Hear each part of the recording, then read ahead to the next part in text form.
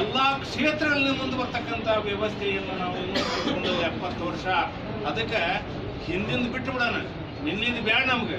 ಇವತ್ತು ನಮ್ಗೆ ಒಂದು ಒಳ್ಳೆ ಹೃದಯವಂತ ಶೈಕ್ಷಣಿಕ ತಜ್ಞ ಮಾನಸ ಶಾಸ್ತ್ರ ವಿಭಾಗದ ಅತ್ಯಂತ ನಿಷ್ಠಾವಂತ ಪ್ರಾಧ್ಯಾಪಕರು ನಮ್ಗೆ ಇವತ್ತು ಈ ಕುಲಶಾಸ್ತ್ರಿ ಅಧ್ಯಯನಕ್ಕೆ ನಮ್ಗೆ ಸಿಕ್ಕಿದ್ದಾರೆ.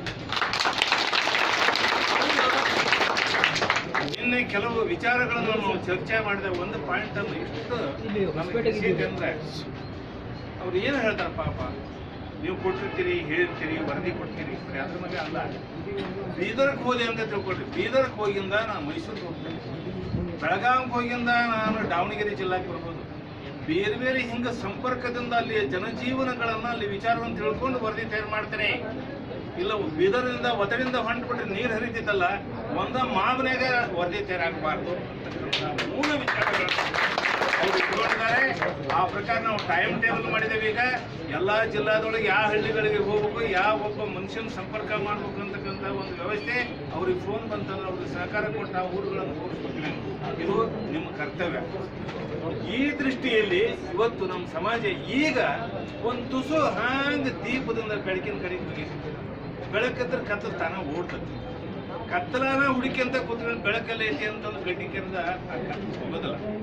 ಇದಕ್ಕೆ ಈಗ ಜಾಗೃತಿ ಆಗೈತಿ. ಈಗ ಜನ ನೀವೆಲ್ಲರಿಗೆ ಮನಸ್ಸಿನಾಗ ಐತಿ. ಈಗ ಹೌದಾ ನಾವು ಎಷ್ಟು ಸೇರ್ಬೇಕು ಅಂತ. ಕೆಲವು ಮಂದಿ ಅನ್ನೋದು 3% ನಮ್ಗೆ ಅದು ಬೇಕಾಗಿಲ್ಲ. ಸವಲತ್ತುಗಳು ಏನು ಬೇಕಾಯ್ತು ಎಷ್ಟಿಂದ ನಮ್ಗೆ ಸಮಾಜಕ್ಕೆ ದೊರೆಯತಕ್ಕಂಥದ್ದು ಜಗತ್ತ ಅದಾವ. ಕೆಲವು ಜನಾಂಗಗಳಲ್ಲಿ ಈಗೇನು ಎಷ್ಟಿ ಸೇರ್ಯಾರ, SC ಸೇರ್ಯಾರ, ಅವ್ರಕ್ಕಿಂತ ಕನಿಷ್ಠ ಜನಾಂಗ ನಾವು ಅದಾವಿ. ಇವತ್ತು ತಗೊಳ್ರಿ, ವಾಲ್ಮೀಕಿ ಜನಾಂಗನ ತಗೊಳ್ಳಿ, ಒಂದು ಉದಾಹರಣೆ. ನಾವು ಅವ್ರ ಬಗ್ಗೆ ಟೀಕಾ ಮಾಡಬೇಕು ಅಂತ ಬ್ರಿಟಿಷ್ ಕಾಲದಿಂದ ಅವ್ರಿಗೆ ವಾಲೆ ಕಾರ್ಕಿ ಇತ್ತು. ಅವ್ರಿಗೆ ಪ್ರತಿಯೊಂದು ಊರಾಗ ಹೋಗಿ ಪ್ರತಿಯೊಂದು ಊರಾಗ ಅವ್ರಿಗೆ ಜಮೀನುಗಳದಾವ, ಕೆಲವರಿಗೆ ಅದಾವ. ಆದರೂ ಕೂಡ ಅವರು ಒಬ್ಬ ನಾಯಕ ಅವ್ರಿಗೊಂದು ಉಪಕಾರ ಮಾಡ್ತಕ್ಕಂಥದ್ದನ್ನು ವರದಿ ಒಳಗೆ ಮಾತು ಆ ಜನಾಂಗ ಬೆಳೀತೈತಿ. ಲಮಣಿಯರು ಬೆಳೆದ್ರು, ಎಲ್ಲರೂ ಬೆಳೆದ್ರು. ಹೀಗೆ ನಮ್ದು ಕನಿಷ್ಠ ಇರ್ತಕ್ಕಂಥ ಒಂದು 60-70 ಸಾವಿರ ಜನಸಂಖ್ಯೆ ಸರ್ಕಾರಕ್ಕೆ ಯಾವ ಭಾರನೂ ಇಲ್ಲ. ಇದಕ್ಕೆ ಎಷ್ಟೇ ಸೇರಿದ್ರೆ ನಮ್ಮಿಂದ ಆರ್ಥಿಕ ಹೊರೆ ಸರ್ಕಾರಕ್ಕೆ ಆಗೋದಿಲ್ಲ.